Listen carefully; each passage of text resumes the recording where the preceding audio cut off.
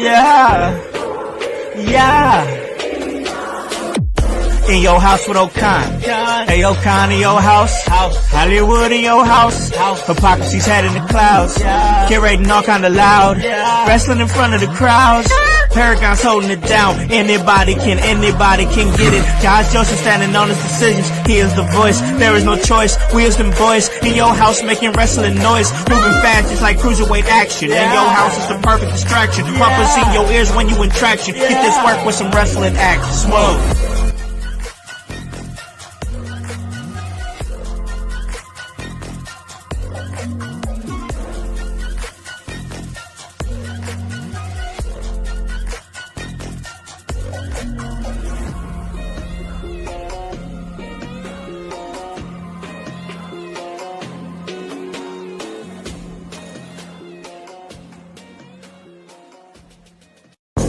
What is up, guys? What is cracking? It's the Con Man, and I am in your house. And you guys already know the vibes. Anytime we slide on through, we're here to give you that work when it comes to this professional wrestling business. And guys, we are here.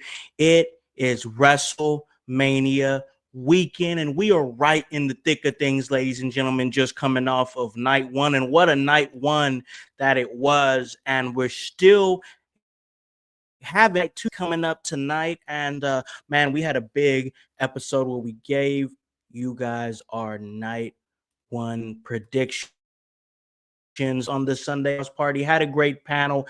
Then of course we had Window Liquors. Then we had the Raw deal with Howse and O'Neal.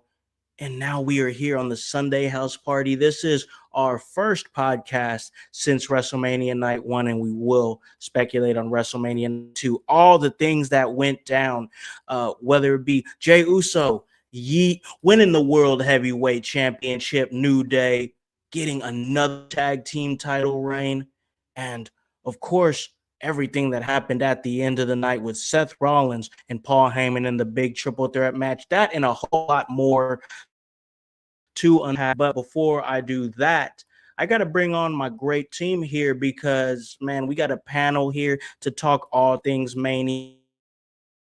And, man, usually when I'm hanging out on Sunday, I'm hanging out with my man. He does his thing on Mondays and Thursdays with me on the ECW Watch Long. That's the voice, Josh Joseph. What is up, man?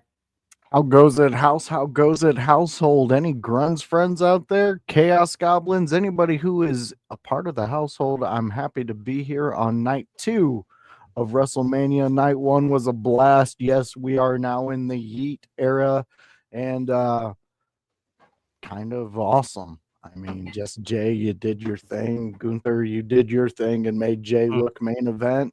And now we can actually call him main event Jey Uso because fuck, that was a main event match.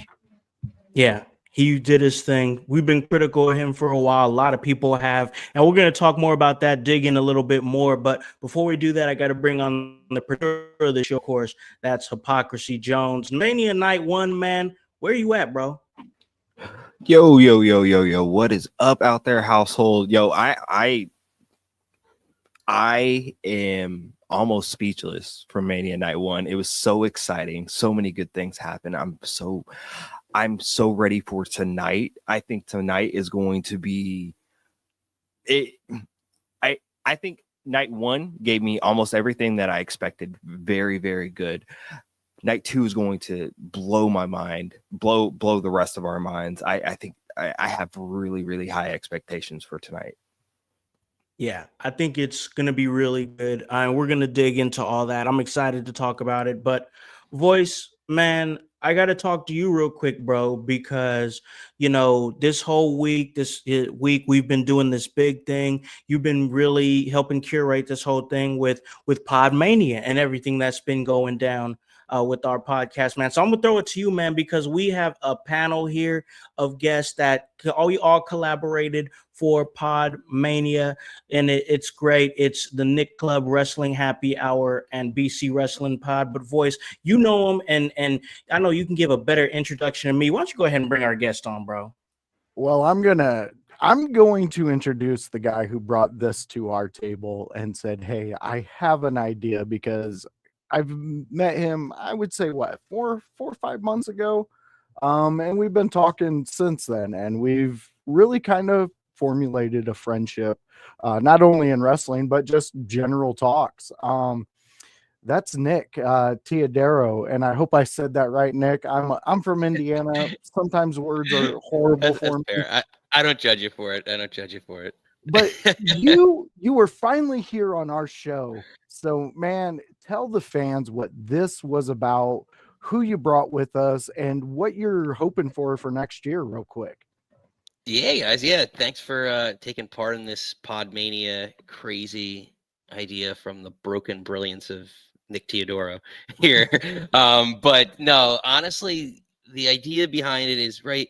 We're all podcasters. We all love wrestling, and that's what brings us all together here. And I think the goal is just to bring these three great communities together, these three great channels together, and we all do different things. We all have great skills and backgrounds that cover a lot of different things, a lot of different a lot of different wrestling spanning the globe. And that's what I love about this group that we have together here is, we're all based in the United States. So we cover the three different regions of the Eastern, Central and West time zone here in the US. But, Mikey covers, and I'll let Mikey get into everything that he does there. And with his group of ragtag gentlemen over there that I love, or ladies and gentlemen, I should say, that I love over there. But yeah, and the idea is just to kind of get all these different groups together because we all do different things. Like you guys have that, obviously the ECW watch alongs and all of your podcasting shows and all your live streams on Sunday at the house party and everything else. We have the happy hour that we do. So it's all different concepts, different types of shows kind of coming together for WrestleMania weekend. So that was kind of the idea. And again, yeah, as Josh said, friendships form from this, from the love of wrestling and podcasting. So, appreciate the spirit and you guys participating here. And we're looking forward to, again, what we can do. This is just the first of many. Yeah, very true. Now, Mikey, you, my friend, there is so much that you and your group does that it's almost impossible for any other podcasters to name it all, Mikey. So I know you and I know you can talk. So I'm going to give the floor to you. Let these people know what you're about and what you bring to the table, my friend. It's much appreciated. First and foremost, thank you so much for having me. I'm truly grateful to be here for an opportunity like this. So the real question is, what don't we do over at BC WrestlePod? So to kind of make a long story short, this was a whole entire thing that was born out of just two people, myself and a friend of mine, who is also one of the hosts on BC WrestlePod. During pandemic, we decided to review wrestling and it was like, you know what? This is fun. So fast forward to where we are now. Of course, the US based promotions like AEW and WWE and TNA, all that stuff gets covered. And then this year we decided to expand to the international ranks too. So now we cover New Japan, Progress, and then of course, our more independent promotions. GCW has become a staple for us as well. We are also getting into the foray of comedy promotions. So we are reviewing Evil Uno's Mystery Wrestling coming up very soon. Oh, so we just do a lot and we just kind of just Very cool. stick to whatever we find interesting. And honestly, while my other host would say that I am the leader, I can't do this without my team behind me. So it is a collection of all of us just collaborating together. We just love professional wrestling. Some of us have been here since the 70s and 80s with wrestling. Some of us newer. Some of us walked away from wrestling, but then came back because of what is currently going on in the world of wrestling right now. So it's just really fun to get all these perspectives. And yeah, so my team of 10 individuals, I can't do it without them. So 10. So 10. That's a great team. That is a That team is right that is there. awesome. don't ask me how it happened. That is awesome. The question is, what don't they do? How that works? What don't they do? Sleep. They don't Yeah, sleep. okay. So that's the key. No sleep. No sleep. Absolutely. We got a new here, Gregory Till. Vegas has some best weed. I bet everyone is having a blast down there. The setup looks pretty sick. I didn't watch it. I haven't followed WWE in years, but I saw the pictures. Yeah, man, Oh, it looks yeah. great. It looked really good. When I saw the pictures before we went out there, or before we saw what was actually going down on night one, you always see like the pictures of the set come out and you get to see, and people were like gassing this set up, and for good reason. I mean, it looked really good, it looked really clean. I guess I want to throw him on hype right now because we're going to get into the matches and stuff. But I want to talk to hype because you went live a little bit yesterday. He was excited. He was in that mode yesterday. You've been feeling it. You was just in Vegas, brother. You was just in there a little bit, just a few days ago. When you saw that set, what was your like excitement level for it? Like when you actually saw it on TV on the screen, like the visual, bro. Yo, I honestly, man, I popped hard for it because like when I just being down there and a kind of experience in Vegas as well. When I saw that set, I was like, oh my God, that's literally, they just made the city in the arena. And I love that feel. I love the big feeling that has been around WrestleMania this year. I know we're going to talk about the matches and everything like that, but man, No doubt, everything that's going on, like it's not even just wrestling. It's just, whether if you're a fan of comedy, you got the Tony Hinchcliffe roast tonight. If you're a fan of NXT, man, you got Stand and Deliver yesterday. There's been so many nightclub appearances from WWE wrestlers and collaborations with different artists. And I know we've seen that in years past with like Wale Mania, but even this year was a lot more. So like, and like OG Tony says right here, the seats on the stage. That was how much was those seats, bro? How much was touch, bro?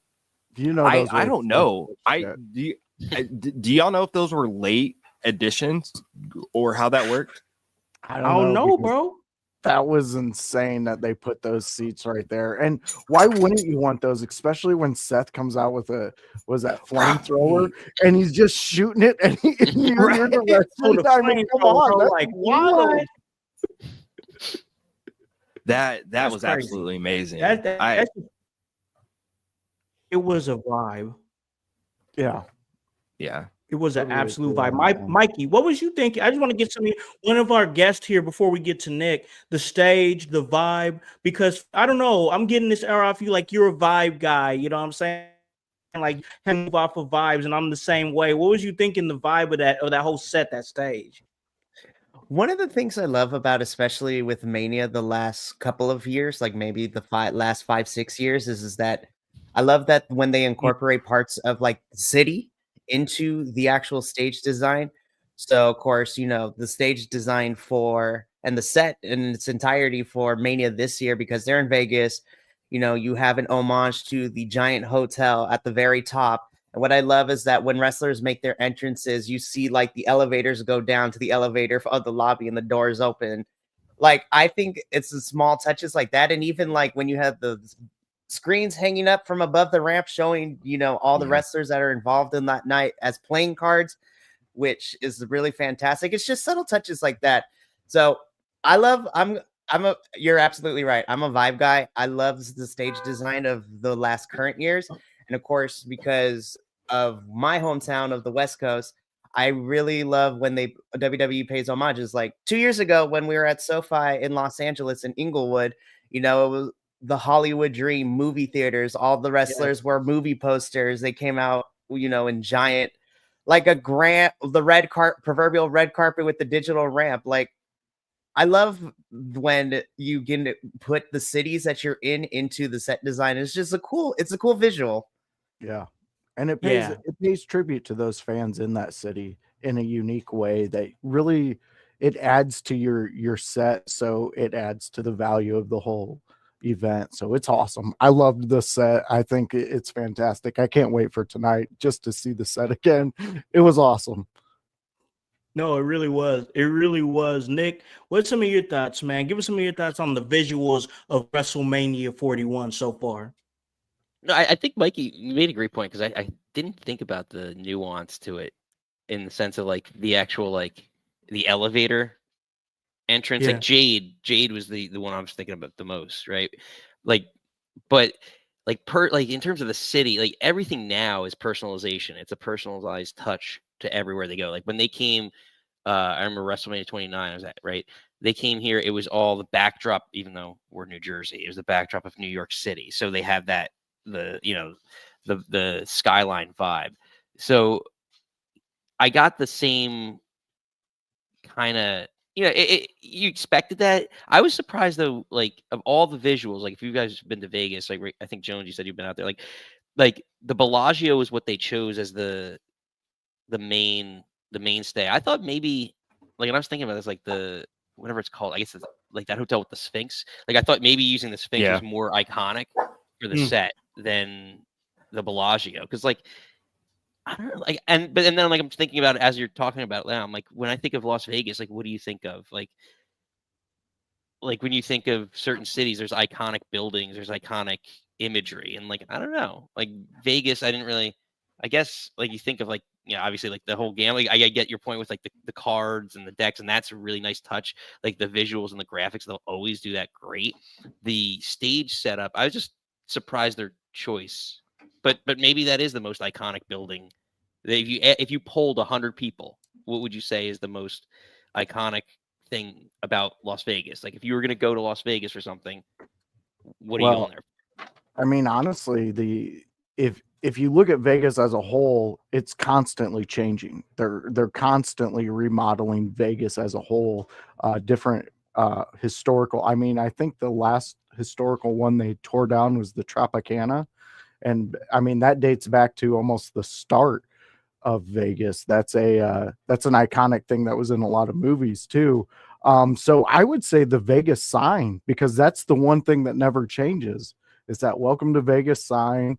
It's right there at the start of the strip and everything. So I would say that, but like the Bellagio though, it's pretty iconic out there. Like True, that's yeah. a place to go to.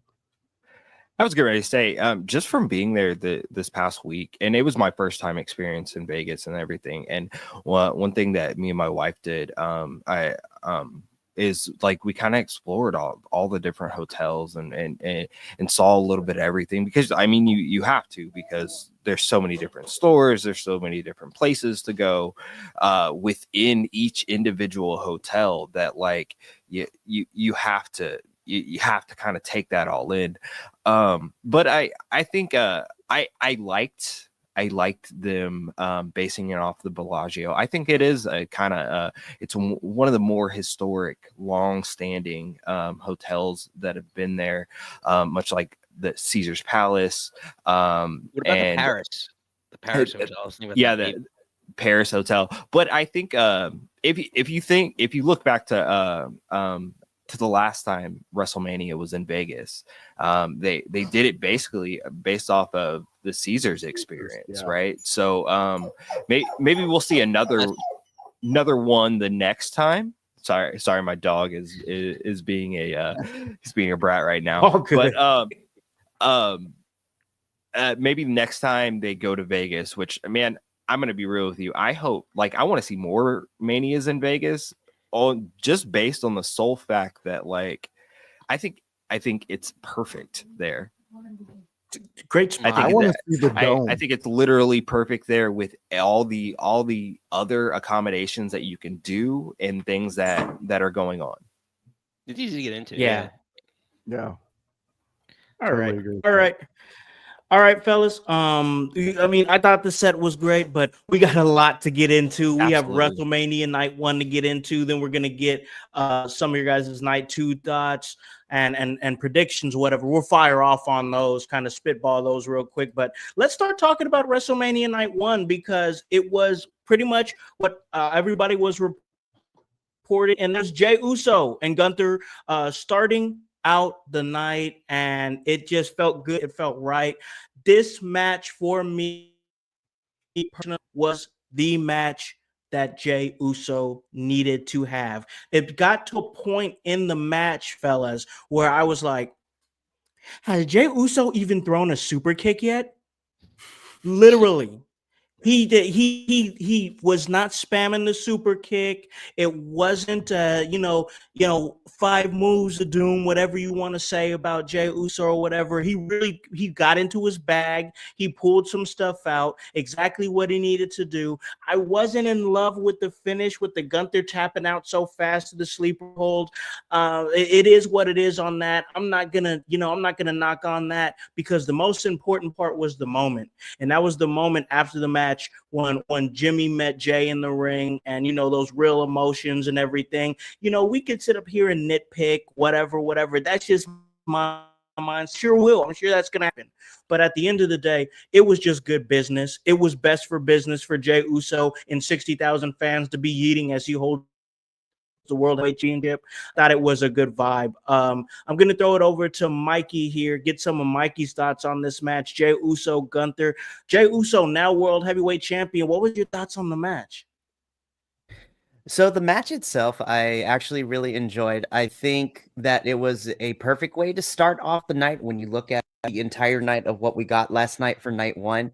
And even though it wasn't a foregone conclusion that, at least for our side of things, Jay had the most to lose had he not walked out as champion last night, I feel that now is the time to put Jay and this title together, which it did. And so the funny thing is I slightly disagree. I'm okay with the ending with Gunther tapping out, only because this has been a kind of character point for Gunther, because he has gone on record saying that he doesn't like to be, choked out. It's like one of those things, kind of like another certain wrestler who went on record saying, I don't like when people punch me in the face. And how did they beat him? He got punched in the face. So, which was Brock Lesnar. But this tap out isn't the first time that this has happened to Gunther, because there's only one other person who did something very similar, and that was Ilya Dragunov when he was still going by Volta at the time at NXT TakeOver 36 with the NXT UK Championship. Ilya and Volta round 2. While Jay didn't do the choke throughout the whole entire match, Ilya did, because he realized the only way I'm going to beat this man is to go after the one thing he doesn't like doing. So I don't mind that he tapped out, and I'm really hoping that the Raw after Mania tomorrow night, like, Gunther begins to start questioning himself like we were slowly starting to get, and then just have this be another point of his character development. So I didn't mind it personally, and I thought this was a great way to open Mania Night 1 with Jay having that moment with Jimmy in the middle of the ring. It was fantastic. And what I love is that this whole movement of Jay getting over with the fans organically was funny enough. It was just a one-off joke, especially after my personal favorite, Cody and Jay after Scrum of was it Backlash or one of the two, but when they had a few libations before going on to set.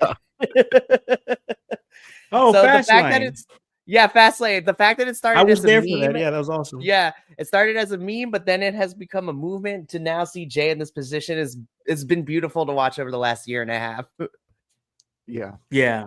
No, great point. I can't disagree with the logic there, what you're saying. I also agree that it was just a great opening match. It was the vibe that needed to happen as far as Jay. I mean, you see the money right there on the table. Just go ahead and take it by doing good business and putting it on Jay. And Jay doesn't have to hold it for long. Here's the thing: is all about him having the moment. Hopefully he has some good defenses and stuff like that, but this man doesn't need to have a year title reign. He doesn't. You know what I'm saying? The moment was what was right. But I gave some of my thoughts. I got to get some thoughts over here from my man Hype, get some of his thoughts about the opening of the show. I think this one really set the tone for the whole night, man. What was your thoughts on Jey Uso and Gunther for the World Heavyweight Championship?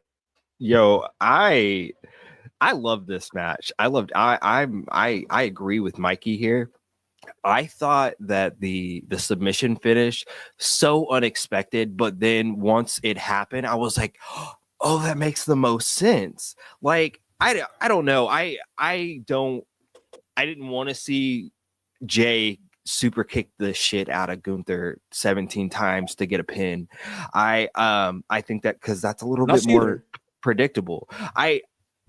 And for a match that was highly predictable, I think most of a great deal of the WWE universe knew the writing's on the wall. This is the time. This is Jay's time. He's going to win here. He's going to win on this stage. So I don't think the outcome of this match is was unexpected, but the finish and the match itself with the most amount of mat wrestling inside of it from Jey Uso, who really switched up like his moveset, his character, and worked well in defeating Gunther. And I like the comparison to Ilya Dragunov, and maybe we'll see a returning Ilya Dragunov at the Ram, and maybe some of this will be brought up or in some facet. I don't know. I like that. Hey, I like it because that's something you can definitely go back to. You know, what's going to be next for Gunther? 80% of his time in WWE, he has been champion. But I think that we need to see a little bit more from Gunther. Have we seen him be a champion? Absolutely. Let's see him tell a few different stories outside of a title. I think that could be really a good proving ground for Gunther, in my personal opinion. But hey, I got to throw it to my man Voice here. Gunther, Jey Uso. I know you were saying you just wanted some chaos. You wanted Gunther to win. But what were your thoughts on the match, bro? I did. I wanted that chaos because, well, you know, I hang out with the Chaos Goblin himself, so you know, why not? But I love this match, and you guys want to talk about vibes and things like that. To go from Stand and Deliver, which was a vibe in itself. Yeah, absolutely loved it. That was a hell of a show. And then to give us that match with that amount of just main eventness in the opening match, that was brilliant to me. Jay did what he needed to, and like you guys pointed out beautifully, the moveset changed, the determination changed, the less focusing on what the crowd's going to react to changed. Everything that everybody picked apart about Jay this past year, he fucking changed in one night and gave us the main event Jey Uso that we have been clamoring for. So, I mean, that's all I can say. Gunther, I will say this, though. Grunmeister called this. Gunther's falling and then rise up is going to be epic. That is going to be the story to pay attention to. We're going to fall in love. We're going to love this Jey Uso run. But the Gunther rise up, and that you guys are bringing up Dragunov. Oh my gosh, I'm so stoked for that. I want that back. I want to see that again, and I want to see Gunther and them just tear down the house and let's show us what Gunther can do outside of a title reign. My man Voice preaching like always, man. I thought it was a great opening night for sure, but I got to get the thoughts of my man Nick over here. Nick, fired off, man. What were your thoughts on the opening bout of WrestleMania Night 1?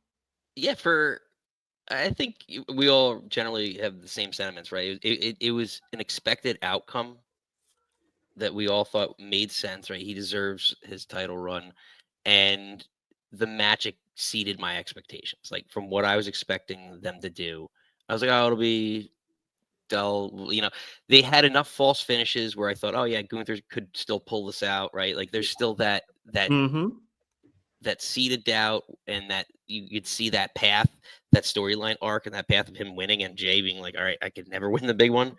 But I think getting to the point where they got the finish, he had to overcome a lot and give Gunther his best shot, right? He had 3 splashes. Not in love with the submission. I wonder, like we were talking about it here, and I don't know if Nikki, if I might be stealing one of her thoughts or someone from the party. But it's, wonder if it was a little rushed at the end because someone got hurt, like Gunther, like something happened at the end. And that wasn't necessarily originally the original planned finish. But yeah, I think overall it made him look as good as possible there. The only thing I really don't like, and I don't know, I understand it, but to me, like, you're talking about it's his moment, right? It's his moment. Get out of here, Jimmy. I don't need you here. Like, why? Like this feud needed Jimmy, right, to get to that point. And yet again, it's like we're trying to make Jay a star, but we needed to bring Jimmy into this feud. And like at the end, just for the hell of it, like Josh, you'll love this because we love to see the world burn, right? Like I was just like, just fucking kick him in the face, Jimmy. Just kick him in the face now, just for the hell of it. Make that the next feud. Like For one quick split second, I thought there was a possibility that Jimmy Uso was going to kick his brother in the face and be like, all right, you had your moment. Now you got to fight me at Backlash or something like that. You know what I'm saying? Or you know what? The Rock comes out and he's like, you know what? Final boss, man. Here you go. Here's your title match.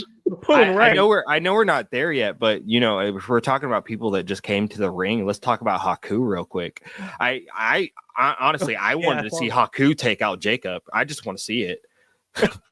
Oh man. Oh man, just chaos, just straight chaos. That would bang though. Those two together would bang. I would have liked to see Rikishi out there too. Night banged, and we got to move on. Oh, I wouldn't mind it either. I wouldn't mind it either. And seeing Kishi out there, give him the belt, that would have been cool. Nice. Especially since he politicked his son up in that spot. Like, I love Keish, but man, I was listening to his podcast. I was like, man, this book, and I'm not mad at him for it because that's his son. And he's trying to do his best for his son, but.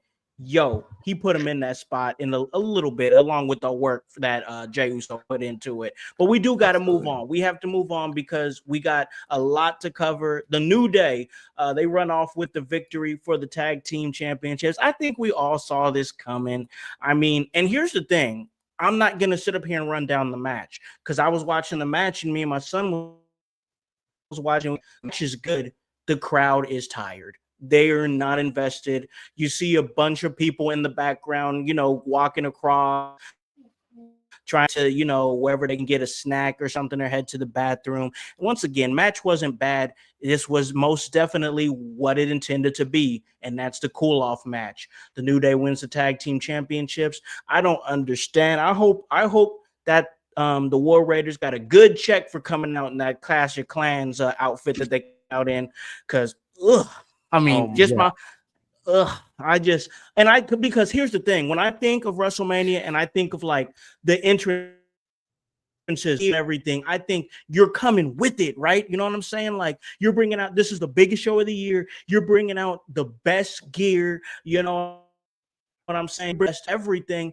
And man, they come out looking like a Bad Bender cosplay. It was just, I personally didn't dig it. Once again, match was all right. Match was cool, solid. I think it was just to get New Day to those titles because I think that the War Raiders. Do you remember the Giant Gonzalez? They're borrowing some of the Giant Gonzalez. Yeah, I'm not gonna lie. I like New Day's gear, and somebody told me this, and I think it's accurate. They dressed like if Giant Gonzalez was into My Little Pony because the battle unicorns are on the back, man. I was like, oh my gosh, I can't unsee it. Shit. I like that. No, here's the thing. I like the New Day's gear. It was the War Raiders gear that was throwing me. I mean, I've been to Comic-Cons, and sometimes you see people who, let's just be nice, they try. That's what I was looking at. That was somebody who was trying. Yes, I understand that there was a sponsorship, all those things, but that's exactly what it was. You could have done way cooler stuff if you wanted to. That was like second thought. They're like, let's go to the Spirit Halloween store and see what's left over. Yes, exactly. Is it bad that I want the War Raiders to come out with like some sort of like a live kill that they had and like they were out in the wilderness, right? I feel like that would make them look more badass. I mean, they're not Vikings anymore, but I would fuck with that. I would fuck with that too. I'm not hating on them for getting that Clash of Clans money. Let's be real. I'm not hating on Nikki Clans money. I'm just saying the gear was garbage, bro. Yeah, it was garbage. I mean, get your check, bro. Get your check, bro. I'm not mad at that. Get your check. $2,000. I think what made it worse is that, well, not worse. So initially, from far view, when I saw them coming out, I'm a big video game nerd. So at first I was like, oh, are they dressed like Dragon Quest characters? Because it's in that very like Dragon Quest cartoonish style. And then as soon as I saw closer inspection and then Clash of Clans came up, I was like, well, there it is. I would have preferred it if y'all were Dragon Quest characters. And there it is. I think my biggest issue is that while it was Viking themed, it was, I don't know if this is even the correct term. It was too cartoony for the Yes. War Raiders, even Yes. for them. Yes. I was like, yes. they literally, it's like somebody's first Photoshop project. They did not blend everything correctly. It was the Wish.com, Temu. Yes, exactly. Yeah. That's our chat chief, Mikey. He's in our side chat that we have for the household, and he is a wild one. So watch out for him. Yo, big shout out. He most definitely is. Chat Chief Antonio Fry, yo. Yeah, he's always here on I, a Sunday. I think they did. Big I think they did get their wardrobe from Temu. I'm not gonna lie, but like, the only thing I have to say about this is if you're going to get rid of your name as the Viking Raiders, maybe don't come out as Viking gimmicks anymore. Yeah. Hey. Good And point. why- Good point. If you're the War Raiders, why are you not in the stadium you're in? Why are you not coming out as the goddamn fucking Raiders? It's the goddamn team's named the Raiders. Oh my God, you goddamn missed right. it. They missed it, bro. I just Yeah, that's a shame. like it missed Yeah, that's a big opportunities, right? Come out there Raiders gear. Or even the Oh my Raiders God. fans, like You're the they fucking come out baby with their- faces. You Like, had this the is Raiders cheerleaders come out with Jay during his entrance to the crowd. Boom. Boom. And that's Right there. fantastic. But if you're trying to get over this Raiders thing, That's what I'm come on. saying.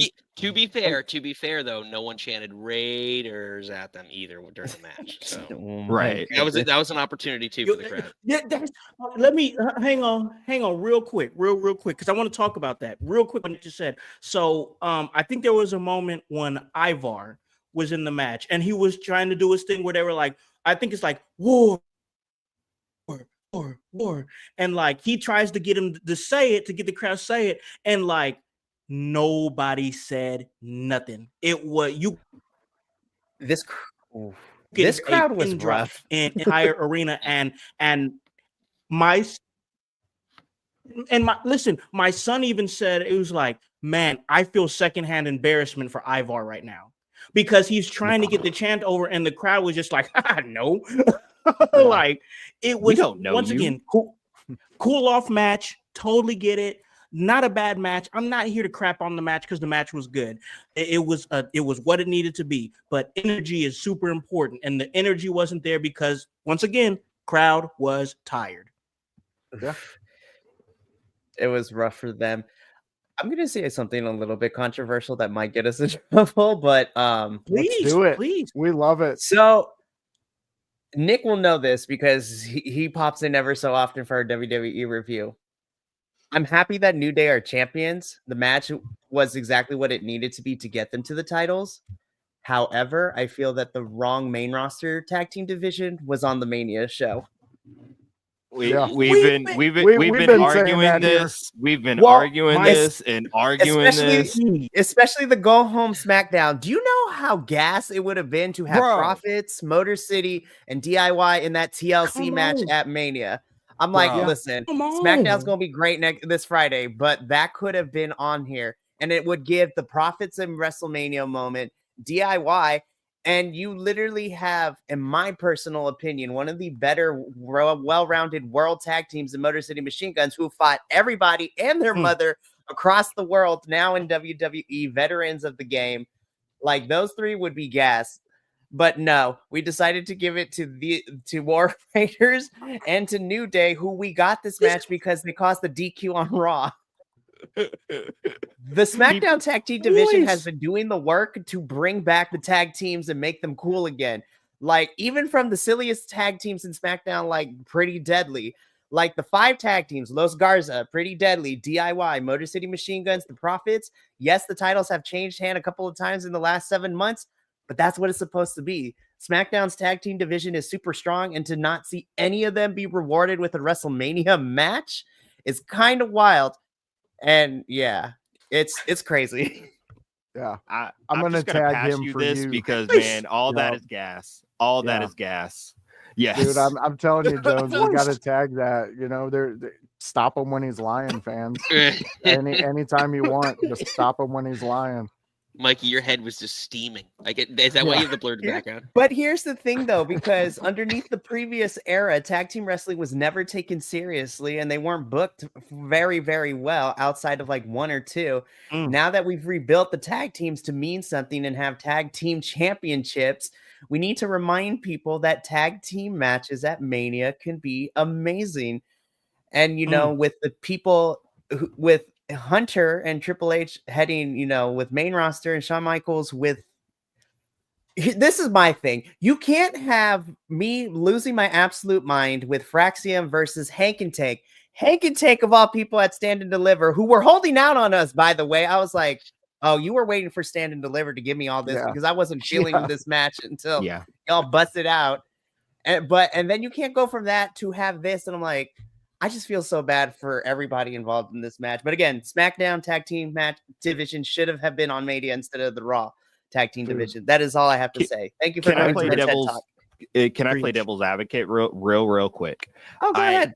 I completely agree with you. I think the wrong tag team match was on is on, and I think that if I'm being honest, New Day and War Raiders, they gave us a primetime TV cable Raw SmackDown match. We could see this next week. We could see this. This would honestly been a great match for Raw after Mania. It probably would have got a big pop. With boos for the New Day, it probably could have got the War Raiders over a little bit more during this. But I've been watching wrestling for a really long time, and as we've gotten into this podcasting and working with wrestling promotions and things, start to see wrestling as a business and start to see it as the business that it is. So my devil's advocate right now is, one, the New Day storyline had been long standing, and the moment that they gave us with Big E and turning on him solidified their spot in WrestleMania. Number one, couldn't take that away from them. And then number two, the SmackDown tag team title picture and division has been absolutely cooking.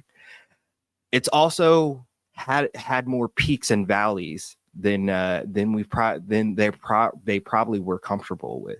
If we remember, after they came back from the European tour, the match between DIY and Motor City Machine Guns honestly kind of fell flat with a lot of people. And if we go back to the Royal Rumble, the two out of three falls match, even with the Street Profits interference in the end of that match, it kind of fell flat. And that was on a big stage. So if I'm Triple H, maybe I'm saying, I gave you guys your chances. Now even though people want this, they earn their spot. They earn their spot then.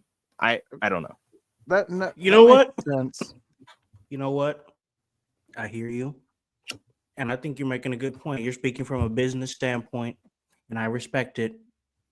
But I don't give no damns. I wanted that TL match on WrestleMania. I get it. Yeah. And if I can add real quick, if you're a person just walking off the street and you see all those tag teams and you're like, how do I make this more exciting, sir? That guy just looks at those tag teams and goes, add a ladder, and he walks away. And then that's the genius move for that moment right there is add a ladder. That's all you need to do to get that excitement. That would have, if you would have gave us that TLC match, it would have been one of the best matches of Mania, the whole Mania weekend. Those teams would have delivered very well.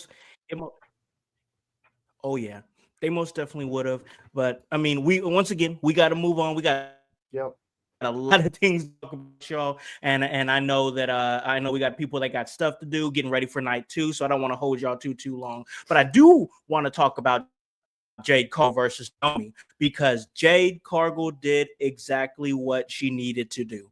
This stood out to me, and it stood out to me possibly for a reason that might not be known to the regular fan. So the reason I say that is because I saw in the comments uh, that people were saying this match wasn't that great. It was mid. It was this. It was that. Ever.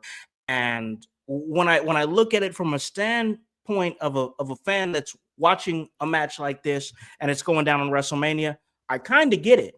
But then looking at it the way I look at it, I'm looking at it from a different perspective, because this was the match that was going to most definitely be on Jade Cargill, the camera, the lights. There was going to be a microscope on Jade Cargill. And only thing that Jade Cargill had to do was be consistent, hit her spots, A, B, C, get it done, get the win, claim your WrestleMania victory. You have Naomi there, who I assume is going to be a fantastic ring general and has developed into that.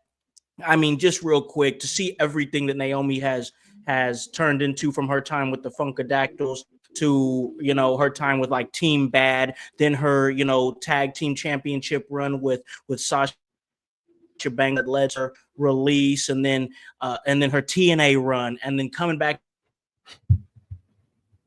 and being that is now. Naomi has been an excellent character and excellent addition to WWE since her return, in my opinion. And it's all been slow cooking and slow burning, and that's what I like about it. There was some heat coming into this match. There most definitely was. And once again, I think Jade Cargill hit all her notes, did exactly what she needed to do. And I think that we're seeing the development of Jade Cargill as a babyface, not just Terminator Jade, that Goldberg, like, hey, coming in, top prospect and yada yada yada. No, we're telling you a story, because now Jade Cargill has a reason. She has a reason to have revenge, to be hateful, to be spiteful. People were plotting on her. Naomi was plotting on her, and now it turned into this. I just think that while this might not have been the best match on the card, it was exactly what it needed to be. Jade elevated from it. Naomi's not gonna hurt from the loss. That's just my thoughts on it. I was impressed, but I'm going to throw it over to Mikey and get some of Mikey's thoughts. What were you thinking? Thoughts on this match? No, I 100% agree. I think this match also was another category of this match is here to serve, well, actually two purposes in my mind. Number one, it's to get Jade, be like, all right, so she's had a singles match. Now we can start pushing her as a single star. And, let's see, we'll go from here. I think the other thing that this also does too is I think it solidifies that I'm personally excited for a crash out Naomi, like a heel Naomi. I think it's been very fascinating. And you brought up something very important, just to see her journey being basically a part with the Funkadactyls and then the tag team champions with Sasha / Mercedes, and then kind of coming into her own as an individual when she came over and, in TNA and worked under her real name of Trinity, and got to, honestly, I'm biased because I'm a big TNA person, and since we review it, I love TNA with all my little heart. But I honestly think, and she's gone on record saying that her time with TNA has kind of helped her develop not only her in-ring, but to be able to make certain choices for characters. She cites working with Jordan and getting the chance to talk to the likes of or even working with Mickey James, Deonna Purrazzo, and being able to talk to individuals like Gail Kim, who is executive producing backstage and helping with the women's knockouts division there. And then her coming back into WWE, teaming with Bianca. And now this Proceed with Caution presentation, I think, is a culmination of all the triumphs and the heartbreaks that she's gone through in her wrestling career, to now be like, oh, okay. I would not be surprised if either by the end of this year or towards the middle of next year that Naomi is once again holding women's championship gold. I'm excited. I think the journey of where Naomi goes from, where both women go, I think is exciting to see Jade finally start her singles career, and then to see Naomi, quote unquote, I feel like getting the flowers that she's deserved with all the work she's put in over the years. Yeah, no, great point. I mean, great point. I mean, like you said, it served its purpose. I think this was a great launching pad for Jade and Naomi. As you said, Crash Out Naomi is about to be Absolutely compelling. Hypocrisy, what you think, bro? What was your thoughts on this match? Yo, man, I love this match, and I love the storytelling that we are telling. Now, I know that like Jade has had singles matches in the WWE before. She's been in tournaments where we saw her. I believe she was in the U.S. title tournament, lost, and we've seen her grow in the WWE, and if we're being real, we've seen her grow from AEW to WWE, and I thought this match was her showing, hey, I can wrestle. Like I can wrestle. I can do all the things that you need me to do. I am the star, this presence, everything. And I know y'all hated on that Jim Cantor opening that she did with the Weather Channel, man. But I thought that was fucking hilarious. That's so smart, bro. Look, It's I know corny, it's easy, bro. I know it's easy. Corny. Fuck you with that corny shit. Here we go. I love Jay. Like Rick Floss, action news. Yeah. Oh my God, it's nice guys over here over Elegant Arena. No, there's a storm coming. It's like, come on. It was Jim Cantor. It was from the Weather Channel, bro. Like it's I would have much rather really? the Sting entrance. Just give me a little. I don't care if it's considered a riff up. Give me the snow or whatever you want to call it, even though it's rain. Like, yeah, it was. It was so. I don't know. I thought it was fun. I don't care if it was hokey. Not everybody needs a big fucking massive entrance or anything like that. Sometimes you just need that little shit. Just sprinkle it in there. I feel you, bro. I feel you. But I do want to stay with Nick though, because I want to get Nick's thoughts on Naomi and Jade. What were your thoughts, bro? Definitely, it's like the whole night exceeded my expectations. This was athleticism at its finest, right? The two of the top athletes, right? Aside from like Bianca's probably, one or 1A, right? And shelling out. And like was you Jones who's like saying, yeah, like to your point, like she would have been criticized, Jade, if she got a bunch of botches, and she did it. She held her own, and I think she needed a breakout moment. I could see either woman going over here. I wanted Naomi to go over, and I thought it made more sense for Naomi to go over because you need a feud to keep Jade on her trajectory if you're going to have Jade Bianca at SummerSlam. I don't think they're done.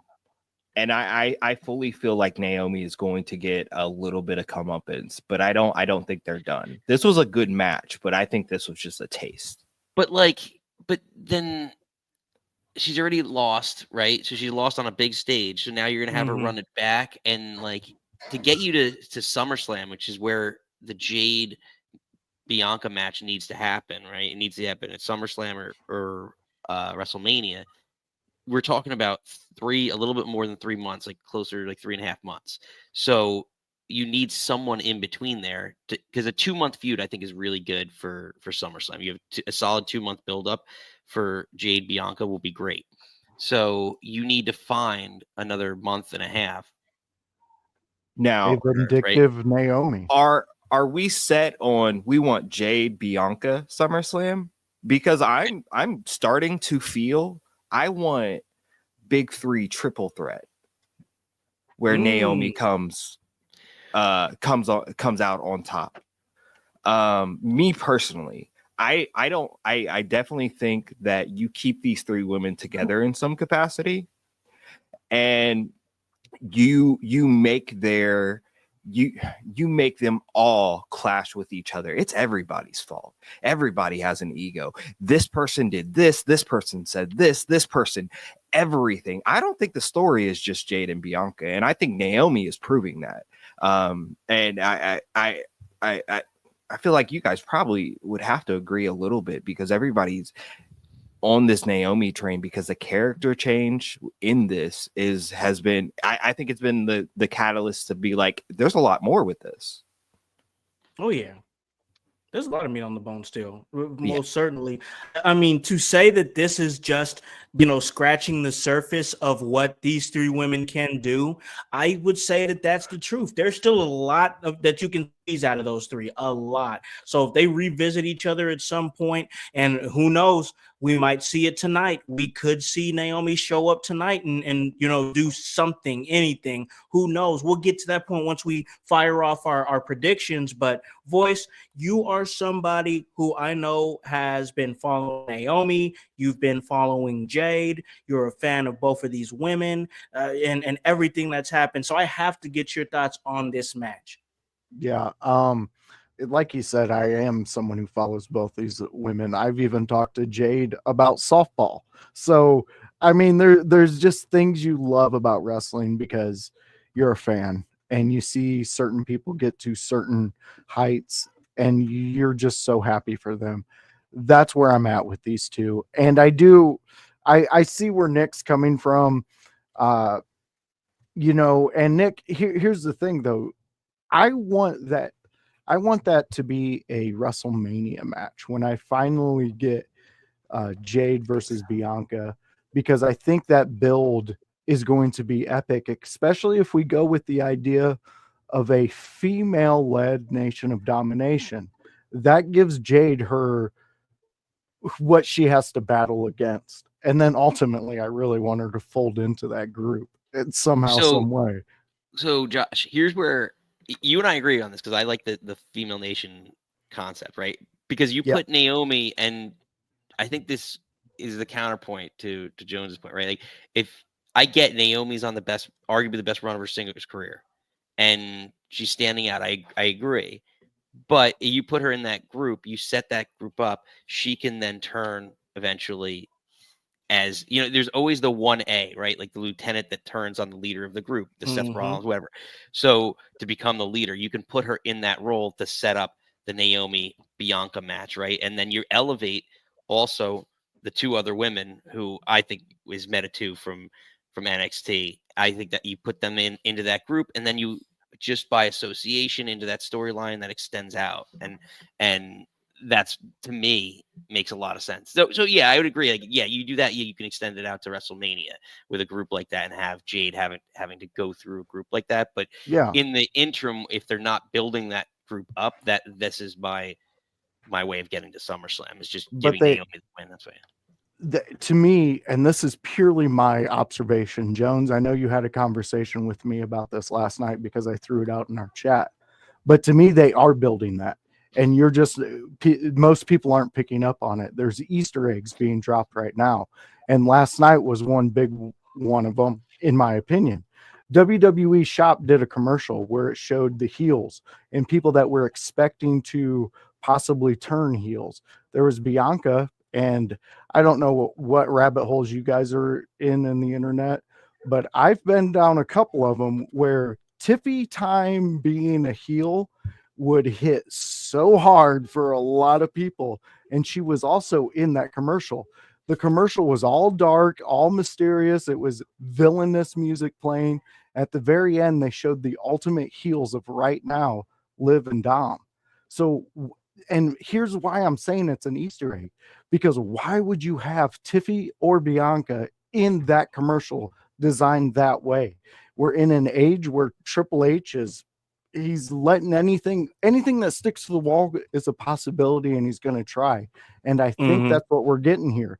And if we get that with a heel Bianca, I know a lot of people are wanting that. And I think this is the way to do that. And you are going to make the most money with with this group of women.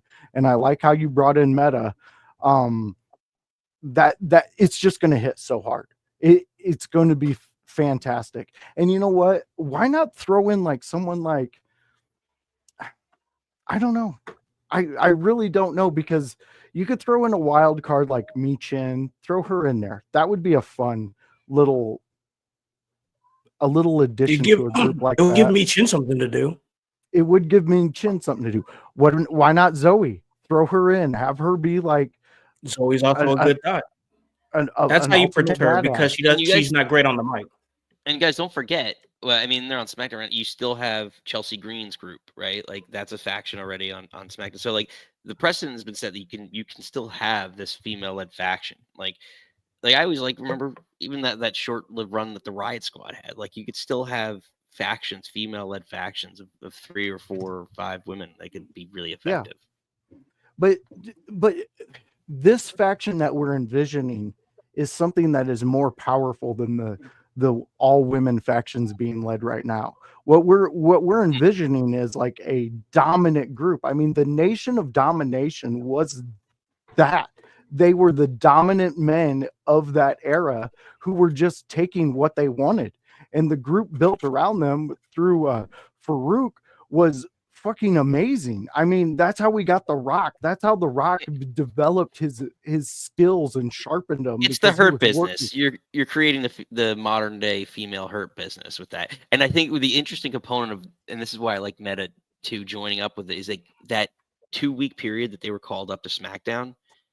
You saw what Lash Legend could do, and if I recall correctly, like I don't know if they directly interacted during that 2-week or 3-week period, but the idea is that they were on SmackDown, right? And Bianca could have seen, and Naomi could have seen this next generation of talent and how dominant they could be, right? And Bianca is known as the EST, right? She's the strongest, right? Everything like that. You bring her in, and she sees Lash Legend, who has the strength just as much, if not more strength than Jade Cargill. Okay, you can be replaced, and that's how she, gets this idea. So no, but that's pure Nation. That's not the Hurt Syndicate. Like that, you're actually downgrading the Nation of Domination by comparing them to the Hurt Syndicate. Hurt Syndicate's their own thing. Nation of Domination was that was storytelling in its time, because you never knew when The Rock was going to finally turn. You never knew when Farouk was going to have enough with The Rock trying to rise up behind him. You never knew what D'Lo was going to do. And that's where you got these women at right now. I've spent too much time on it. If you want to hear more of my thoughts on these women, go back. I have a whole catalog of a year of talking about this exact same thing. You absolutely have, man. But we do got to move on. Once again, a lot to cover. But I do like the rabbit hole you guys went down. But I know that Hype, we know that you had some things going on today. So we're going to play you off, man, and give you that opportunity. Before we do that, before we get you out of here, because we still have a whole nother segment, we're going to spitball and fire off our WrestleMania 2 WrestleMania 41 night 2 predictions. Let's get yours real quick before you get out of here, bro. Yo, so I got to get ready to go. I got birthday parties and Easter celebrations. I got to cook some stuff. I got to smoke some things, meats and otherwise. I have some things to do, but man, I'm so excited to do this with you guys today. So excited to meet Nick again, as I had the opportunity to be on his call-in show this week, and that was so fun. So big shout out to the Nick Club Happy Hour. That was so much fun. We're gonna have to go 2 drinks next time before you cut me off, but I know for sure. I had a blast. I enjoyed meeting you, Mikey, today, and hopefully we'll have a chance to collaborate and do some stuff in the future, man. But WrestleMania Night 1 was lit. My WrestleMania Night 2 predictions right now as followed. I'm looking for Io Sky to retain tonight. Yes, yeah, man, big shocker, but I think she pulls it out. I think we're right about the some sort of Naomi abandoning full disclosure, like I'm only cooking, right, so that I can force them to watch wrestling, and there you go. It's a mind trick. It's a Jedi mind trick, but I think the forces of Bianca, Naomi, and Jade, I think they're still into play into this match. I don't know what's going to happen with Rhea, but I don't. I don't see her retaining. I don't see the need for her to carry the belt into the next year. I want to see her do different feuds with different people and have a little bit more struggle not being on top, because mommy doesn't always have to be on top. There's other positions. I'm just saying. What? What? What? Nothing, sir. Tell me when I go too far. Okay. Let's see. Randy Orton match tonight. I don't know the opponent. But obviously, I feel like Randy Orton goes over no matter who it is. Even though I think maybe that might be the wrong call, because if we get a newly debuting somebody, we probably want them to get over with a win. But this is how wrestling works, and we'll probably get a newly debuting, probably heel Aleister Black, maybe Rusev. Randy Orton goes over, and it's a new feud for the next few months, and a great backlash match for next month, right? So, what other matches we got tonight? We got the Intercontinental Fatal 4-Way. Yes, Intercontinental Fatal 4-Way. I think it's Dom's time to shine. I think he pulls out this victory, and I think we see a little bit of a turn in Dom, and a great turn in the Judgment Day and what it has been for factions, and maybe we see a dissolving of the Judgment Day as we talked about, bringing in new factions. Sometimes old factions got to go away. So okay. like, I think we see the writing was on the wall for that. Great opportunity for Penta Zero Miedo tonight, but I think it's Dom's time to shine, man. I really do, and can't wait for that. And in the big match of the night, man, I know I'm missing a couple, but it doesn't even matter, bro. I'm going all day. Hustle, loyalty, respect. John Cena, you can't see me, and you won't see him after this. The champ is gone. Out of there. Yes. Wow. All right, man. We appreciate you coming on and do your thing. We know you gotta get that food cooking so you can convince them to sit down and watch Mania Night 2 with you, bro. So you go ahead and do that. If there's anything you want to plug or anything, bro, you can. If not, we'll be talking to you in the chat, bro. All right. Yo, as always, you can find me right here on the Sunday House Party. We'll be here next week. We'll be recapping all that WrestleMania was and what we liked, disliked, as well as what happened throughout the week at the Raw after Mania and SmackDown. So I can't wait to be back next week. Join you guys. Other than that, man, if you're weird, I have social media. My name's Hypocrisy Jones. I'm one of one. So just follow me or whatever. I don't know. Don't be a weirdo. Go touch grass. Go do some real life shit. Peace. There you go. We appreciate you, bro. He's sliding out of here, and we're gonna continue talking about WrestleMania Night 1 because we got to talk United States Championship. We saw it change hands as the Samoan Werewolf Jacob Fatu earns his first singles championship in WWE. He beats LA Knight in a good match. I thought this match was fun. I really enjoyed it. I enjoyed that you had you had Jacob trying to hit his most Samoan moonsault ever, and somehow you get a BFT out of it. That was nuts. I enjoyed that. But the moment, once again, this was another one of those where it was like the match was good, but it was more about the moment. Jacob Fatu, years ago, back in 2019, I remember going to Chicago to see an MLW show, Major League Wrestling, and Jacob Fatu was in the main event, and he won his first ever MLW World Championship. I was introduced to Jacob by watching MLW and the killer that he was at the time and everything that he became after that. It was crazy to see him on the WrestleMania stage winning the United States Championship against Eli Drake of all people. Yeah, LA Knight. That was really cool. Once again, enjoyed the moment. But Mikey, what was your thoughts on the United States Championship match? So I agree with you. I think this was more about the moment itself. I do this in no particular order. If I had to pick, because we usually do like favorite 3 matches, this one was in my top 3 of night 1. But I think that was just because of this sheer spectacle of Jacob Fatu, being Jacob Fatu, which I loved so much. What I do hope to see is I think I would love to. Well, one, I would love to see Jacob go on a tear through the mid card roster as champion and just go on to have like a Yeah. Umaga type of run where he just destroys everybody on the roster as United States champion in the mid card, which could be fun. But what I also hope to see is that I hope to see, Mr. LA Knight, be pushed up a little bit up the card towards the main championship scene a little bit. I feel that to kind of do that. I will say that counter with the BFT to Jacob was a thing of just spectacle, and I loved it so much. Oh my gosh. I'm here for it, and I'm gonna be honest. I'm kind of glad that we didn't get any interference from Solo or Tama and Bloodline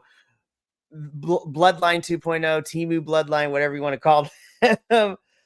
I'm really happy that Jacob was able to back up what he said a couple of weeks ago to Solo, saying that he was going to win that United States champions with or without them. So I'm excited. I think this run for Jacob's going to be great. And then commentary had to remind me, I'm like, it's felt like Jacob has been here forever. He hasn't even been on this WWE roster, not even for a full year yet. It's crazy to me. And but I gotta agree, his work in MLW was something that was really exciting to watch, and I'm glad that in a different version we hopefully get to see just Jacob go on a tear like he did when he was MLW World Heavyweight Champion. So I thought this was great. I love this, and I can't wait to see what SmackDown looks like with the United States Champion Jacob Fatu at the helm. No, I agree. I totally agree. Just great point. Since Jacob has been on the roster, he's been on an absolute tear. And not that he's been somebody that, and I'm big on this, when you're on the screen and you're making me take my face out of my phone and pay attention to what you're doing, I'm in there. And that's exactly what it was. But I want to throw it over to my man Nick and get some of his thoughts. Jacob Fatu and LA Knight, for the United States Championship. First off, I don't know why. I liked his entrance, like the mask, the werewolf mask. I thought that was kind of fun. A little take. Everyone. That mask, yeah. Everyone bedazzles themselves up for WrestleMania, so that was, I guess, the Jacob way of doing it. But deservedly so. I think this is the perfect spot for him because this Bloodline 2.0 needs to have. It's going to stay in the mid card, and I'd rather it stay in the mid card with the belt, the U.S. belt being the center point of it. So allow the jealousy of Solo to Jacob for the fact that Jacob's been the champion. Allow that to resonate over the next couple months, because as we were just talking about with all the Bianca Belair and Jade stuff, like I want Solo Jacob at SummerSlam for the U.S. title and put that's the money match. Like, and don't forget, at some point in time in the near future, probably Tonga Loa is coming back.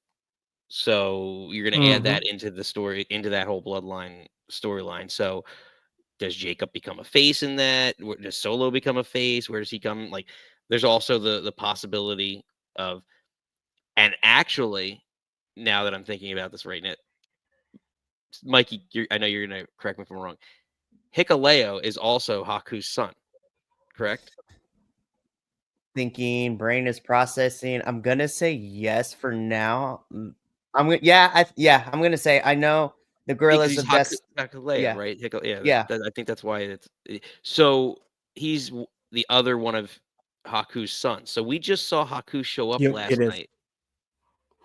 Yeah, so think about this now. Haku hasn't been on TV. He shows up to congratulate Jacob, right? Now you have, right? Wasn't that who showed up? Or am I confusing my? No, it's Haku. Oh, right, yeah. So he showed up last night. Yeah, I'm like confusing all my Samoans. Everyone in the bloodline, but now it gives you a reason to bring him in. He's been signed for a year. So it gives you another reason, another little wrinkle in this whole storyline where you can add, and Hikuleo is 7 foot tall. He has to be a new enforcer. Jacob is no longer an enforcer. He's the champion. So maybe in this new iteration, it allows you to bring back people. Again, you talk about Tonga Loa is going to be coming back. Maybe the formerly known as Gorillas of Destiny, they are reuniting as a tag team in this stable, and the new bloodline, led potentially still by Solo Sikoa, right, just kicks out Jacob because of pure jealousy. And now, Josh, to the point we were just making with Bianca or Jade having to run through a group, now you have Jacob having to run through the whole bloodline. It's a good thought. It's not a bad thought. I mean, it's right there for the taking, most definitely. But Voice, I got to get some of your thoughts on this United States Championship match. What do you got, bro? Just congratulations to Jacob. I mean, he's worked his butt off, and I know, Nick, you've been one of those against the grains, what we say here. He's always taken his 5 minutes and he's made the most out of it. And this is that payoff. This is that moment. This is that time where Jacob can say to all the naysayers, because I worked for a promotion who was a naysayer on Jacob because of maybe some things that Jacob did. And that's him. That's his journey he had to make. But if you go back and you look at Jacob, his progression as a human, not only just as a wrestler, but as a human, has gotten us to this point to where we get to see one of the best iterations of Jacob Fatu that we have ever seen and are about to see. Oh, yeah. The weight Really, alone, I think that there's crazy. Yeah. Yeah. And honestly, I just really think that there's more stories to Tim is champion right now as opposed to LA Knight. I'm kind of in the realm of where Mikey is, that I think it's time for LA Knight to start putting himself in those, upper echelon main event championship opportunities. I think between his two United States Championship runs, he's earned his right to be in that conversation. Still over with live crowds. Had a great match with Jacob Fatu, WrestleMania Night 1. I'm with it most definitely. But, there's so much going on, ladies and gentlemen. Everybody's moving. We're getting ready for WrestleMania Night 2. So we're just doing what we can do. And that means our guy Mikey, he's got to bounce right now. Got so much things. We got to get some food ready for WrestleMania Night 2. You're doing something real big. That's real cool. But I will say this. I really enjoyed chatting with you about wrestling. I can tell that you know your shit, and it's always a pleasure to talk to somebody who knows their shit, man. So hopefully this isn't the last time, but I do want to say thank you for joining us. And, man, if there's anything that you want to plug, you can plug it. But also if you want to give us your takes or your predictions on WrestleMania Night 2, that would be great as well. Oh, absolutely. So I'll get the quote unquote boss things out of the way. So you can look us up at BC WrestlePod on any social media site at this point, and YouTube and Twitch. We are pretty much anywhere and everywhere. We're just a bunch of weirdos that love wrestling, and we just have our takes. It's crazy. Hey, you know what? We do it big for WrestleMania, and also because we also have like other things we are reviewing this week is crazy. So Sure. we'll be so BC WrestlePod, the West Coast crew, and a couple of other folks will be together on live stream for Night 2 of Mania later this evening. But then the remainder of this week is dedicated to reviews. So Night 1, Night 2, Stand and Deliver. We're also doing some GCW reviews as well as the TNA review this week. This is fantastic. And to kind of give my quick hit picks, starting with Randy versus the mystery opponent. I'm probably going to wait until I see who the mystery opponent is to make that decision, but my gut says that Randy should go over, but depending on who it is, we'll see what happens. Between AJ and Logan, I have AJ out of spite for Logan. Just saying. I have Damian beating Drew only because I'd never want to bet against my Boricua Puerto Rican brother, Damian Priest here. Sure. So I would love to see him win, but I think I hope this match is a lot of fun because this is the only match that has like a quote unquote stipulation with it being a Sin City street fight.